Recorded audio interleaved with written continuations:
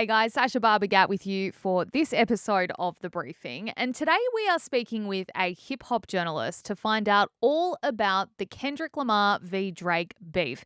Now, this has been going on for a little while. It's been simmering away with diss tracks back and forth. But it's escalated recently, and only this week, one of Drake's security guards was actually shot outside his Toronto home. Local police say they can't say what the motive of the shooting was, but there's no doubt all eyes are on this drama as it plays out in music and online. So here is my chat with Simone Amelia Jordan. She is a hip hop journo, and she is the former editor of The Source magazine based out of New York. Simone, thanks so much for joining us on The Briefing today. Kendrick Lamar and Drake are feuding. How did this all kick off? Oh my goodness, where do we start? Actually, I would like to start by saying a lot of this rap beef, unlike the ones in the past, like Jay-Z and Nas or Tupac and Biggie, so much of this rap beef is rooted in identity, cultural identity, racial identity, identity within hip-hop. And so I did ask a very good friend of mine, an African-American rapper named Kev Hannibal, who lives here in Sydney with me, to join me to speak on that side, that aspect of the rap beef, because I think it's very important. But he sends his apologies. He wasn't able to make it. We are here quite early. Yes. So I'll say that Kendrick and Drake were initially friends. They came up in the around 2010 in the past decade. I've spoken to both of them myself. Drake still follows me on Twitter, which is, I'm not that I'm careful with what I say ever about anything, but they were cool in the beginning. They appeared on each other's albums. And then around 2013, another rapper named Big Sean released an album, and he had a song called Control. And Kendrick Lamar featured on that song. And on that song, Kendrick called out 11 rappers that were the top rappers at the time, including Drake, basically saying, I'm the king, because hip hop is a competitive sport. Drake didn't come back at him at the time. He then got busy in the following years beefing with other rappers, Meek Mill, Pusha T.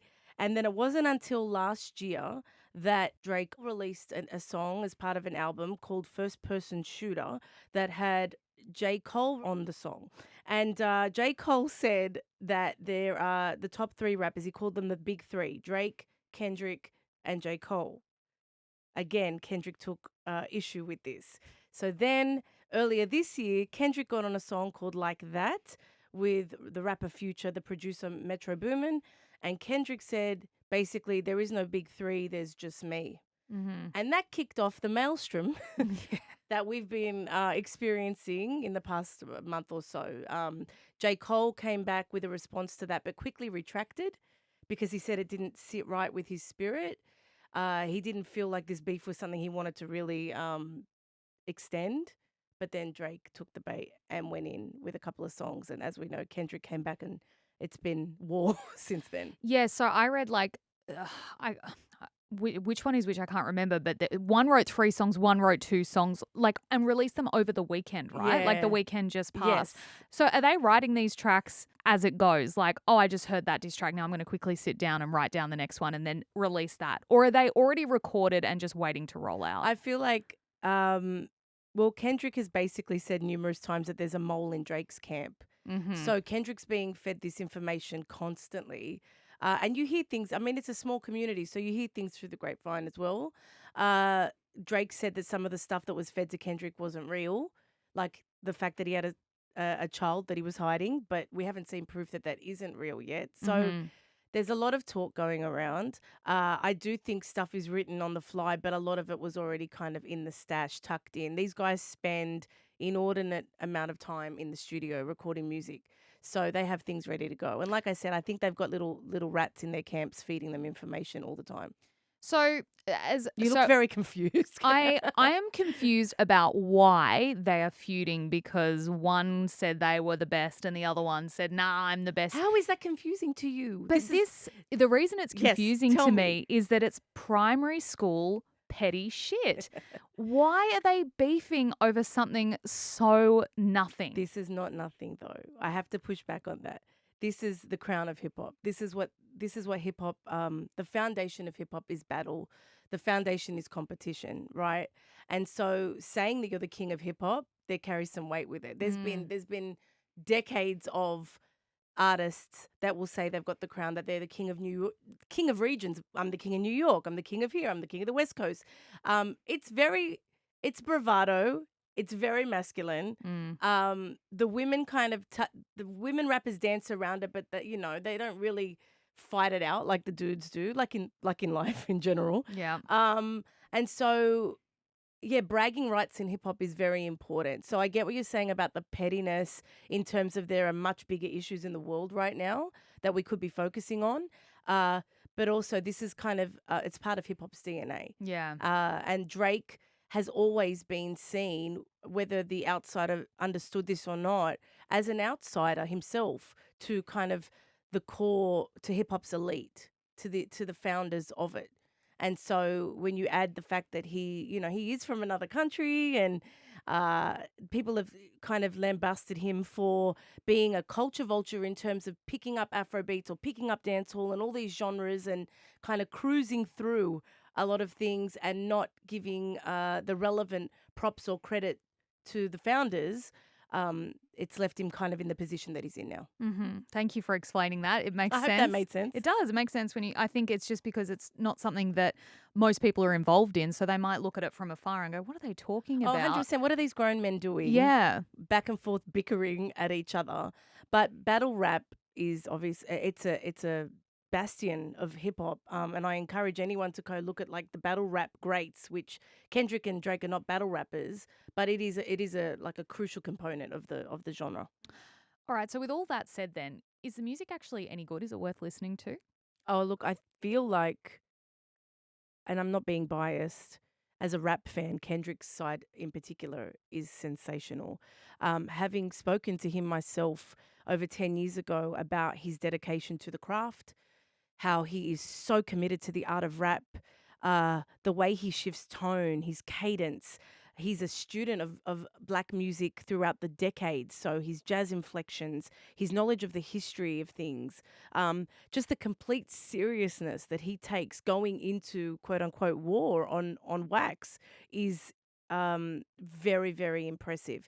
The content has been vulgar and definitely not for children. As we've said, the subject matter that they're discussing is not for the faint-hearted. But as an actual battle of lyrics, Drake's a solid rapper. He always has been, but Kendrick is really in a league of his own in many ways. Mm. I want to ask then about some of the lyrics that Kendrick has written about Drake, because some of them are pretty full on, including one accusation that he's a pedophile. Yes.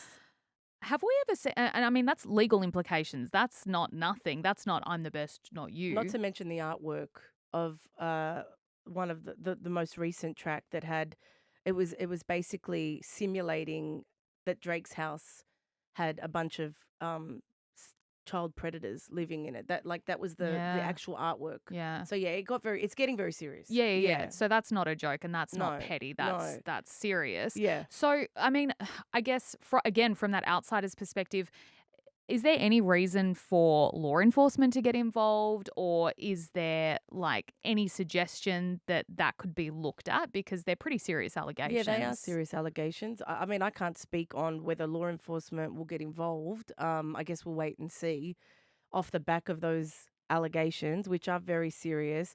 What I will say is, in a rap battle, there are two camps, I feel like, out of the fans. Some people think it should be all gloves off. You should be able, if you're going to engage with each other in this environment, you are going to get all the dirt that you can find on that person and start slinging mud. That's basically, yeah, that's the rules of engagement. There are no rules of engagement. You're going to go for the jugular because you want to win the battle. But then there's the other camp, which is obviously kind of maybe the more rational camp, that says certain things are off limits. Children, for one thing, when Yeah. you're talking about someone's child, and women especially are always the fodder of these battles, especially black women. Kendrick's fiance, for example, other women that Kendrick was saying, young girls like Millie Bobby Brown, whose Yeah. name got brought up. So that's obviously very distasteful as well. But rap itself has always been kind of gladiatorial, I guess. But I think in terms of these accusations that could actually be a crime, we'll have to wait and see whether something comes out of it. Drake's denied it, obviously. So we'll see. I'm sure this isn't the end of what we're going to hear from both of them. Yeah. Let's talk about defamation then, because again, those comments made could be considered defamatory in a court of law. Now, from what I understand of the industry and the culture around it is that you don't rat, you don't go to the police, you don't stick your hand up in that way. You do it in the songs, right? Absolutely. But have we seen rappers sued in the past over their lyrics? Like, could that happen in this instance? There's been mention of, there's in New York City, there's hip hop police squads, right, that are actually formed. Similar to the Middle Eastern Task Force that was here in Australia to combat quote unquote Middle Eastern Australian crimes. There was a task force set up in New York called the Hip Hop Police Wow. that literally followed rappers because of the stuff they were saying, trying to catch them out on whether it was all bravado or whether it was actually real. Because some of the rappers, Sasha, are they do come from the streets and legitimately come from the streets. But then a lot of rappers are just artists and they may have a connection to the streets. They're the poets that they are recording what's going on, but they don't have that lived experience themselves. So I say all that to say there hasn't been like a watermark case in terms of lyrics. I mean, there have been little cases over the years where people have tried to infuse, well, such and such rapper said this. And it has come into play if that rapper is in court for a serious crime. That's happened, I think, a handful of times. But for the most part, these allegations usually stay on wax, as we say, until I guess there is, irrefutable proof that something's going on and that law enforcement has to take it further. Yeah, okay. I hope that makes sense. Yeah, of course. What about publicity? How much of this is just each side going, oh, let's keep this going so that we can keep our names in the headlines? Look, it benefits the rappers. It benefits like Leo Cohen, the owner of YouTube, the CEO of YouTube, because every time they're uploading a new track, it goes to YouTube first. The streams are ridiculous. It's benefiting creators because this morning I just read that Kendrick Lamar has opened up the copyrights to all of his diss tracks to the reaction community, which makes me laugh, that phrase, the reaction community, the people that film reaction videos. Yeah, I know exactly what you're talking about. Yeah. So he's just taken the copyright off all of the diss tracks, so the reaction community can make money off their reaction videos, which is giving like an incredible income stream because everyone is like so invested in this beef right now. To these young people, right? Which is kind of brilliant in itself that they get to make a little bit of money out of the culture that they love, that they're dissecting. So look, beef is good for business, and let's hope that we've learned from the horrors of the past with Biggie and Tupac, and they lost their lives over East Coast, West Coast rap beef. We pray that these guys have learned and they just keep it all in the music. Well, Simone, it's been a fascinating chat. I've learnt a lot. Thank you so much for joining us on the briefing. Very, very welcome. Thanks for having me. Well, that is it for this episode. Thanks so much for watching. If you haven't yet, please like and subscribe and keep up to date with everything we do here at The Briefing. But also leave a comment below and let us know what you thought of this chat. I'm Sasha Barbagat. Catch you next time.